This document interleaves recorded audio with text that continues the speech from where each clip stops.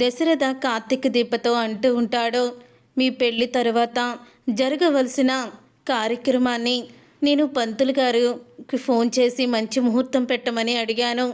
అప్పుడే సాయంత్రం మంచి ముహూర్తం ఉందని పంతులు గారు చెప్పారు. నేను కాంచనకి ఫోన్ చేసి అన్ని ఏర్పాట్లు చేయమన్నాను.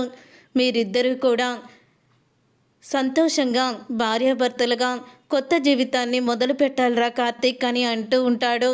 దశరథ అయితే, మావయ్య ఇప్పుడు ఇవన్నీ కూడా వద్దు మావయ్య, ముందు మీరు అత్తయ్యతో మాట్లాడండి, అదే చాలు మాకు అని అంటూ ఉంటే, లేదురా, సుమిత్ర చేసిన తప్పుని నేను ఈ విధంగా అన్నా సరిదిద్దుకోనివ్వు అని అంటూ ఉంటాడు దశరథ. అప్పుడే కార్తీక దీప దశరథ మాట్లాడుకునే మాటల్ని వినేసిన పారిజాతం వెళ్ళి జ్యోత్స్నాకి చెప్తుంది, మీ నాన్న వాళ్ళ శోభనానికి ముహూర్తం పెట్టించాడే అని అనగానే కోపంతో రగిలిపోతుంది జ్యోత్స్న. గ్రాని, ఇక నేను అస్సలు కూడా ఆగను, ఆ దీపని ఫినిష్ చేయాల్సిందే అని అంటూ ఉంటుంది జ్యోత్స్న. ఏంటి నువ్వు మాట్లాడేది అని ఆశ్చర్యపోతూ ఉంటుంది పారిజాతం.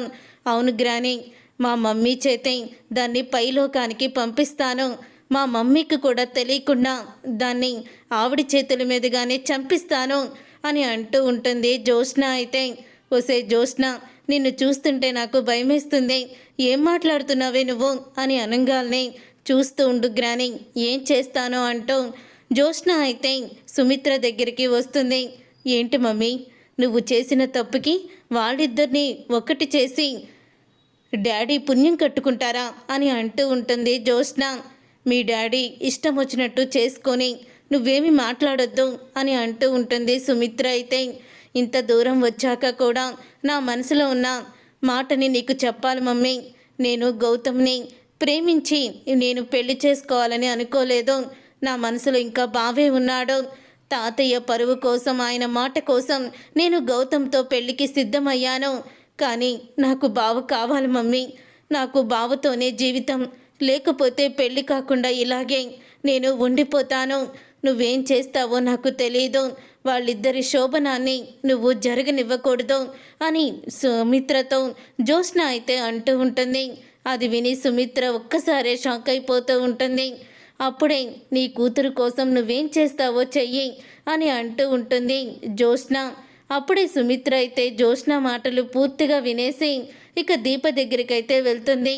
దీప దగ్గరికి వెళ్ళి, చూడు, నువ్వు నాకు ఒక సహాయం చేస్తావా, మీరేం చెప్పినా చేస్తానమ్మా అని అంటూ ఉంటుంది దీప.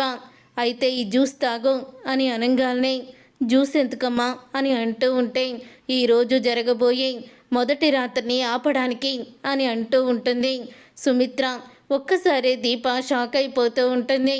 నువ్వు నాకు చేసే మేలు ఇదే, ఈ జ్యూస్ తాగు, ఇది తాగిన 4 గంటల్లో మత్తుగా నిద్రపోతారు, ముహూర్తం టయానికి నువ్వు మత్తుగా నిద్రపోతావో అని అంటూ ఉంటుంది సుమిత్ర. అప్పుడే ఇక ఆలోచించకుండా దీప తాగేస్తుంది. అప్పుడే ఇక సుమిత్ర అయితే, నా మాట విని తాగినందుకు థ్యాంక్స్ అని అనగానే అప్పుడే 10 నిమిషాలకే దీప నోట్లో నుంచి బ్లడ్ వస్తుంది. అది చూసి అప్పుడే అక్కడికి వచ్చిన కార్తీక్ అయితే షాక్ అయిపోతూ, ఏమైంది దీప అని వెంటనే హాస్పిటల్కి తీసుకువెళ్తాడు. నేను కలిపింది నిద్రపోవడానికి మత్తు బిల్లులే కదా, ఏదో జ్యోత్స్న పొడి ఇచ్చింది అదే కదా కలిపాను, ఇదేంటి దీపకి ఇలా అయింది అని అనుకుంటూ కార్తీక్ కూడా హాస్పిటల్కి అయితే వెళ్తుంది. అప్పుడే ఇక దీప అయితే స్పృహలోనే ఉండి కార్తీక్కి జరిగిందంతా చెప్తుంది.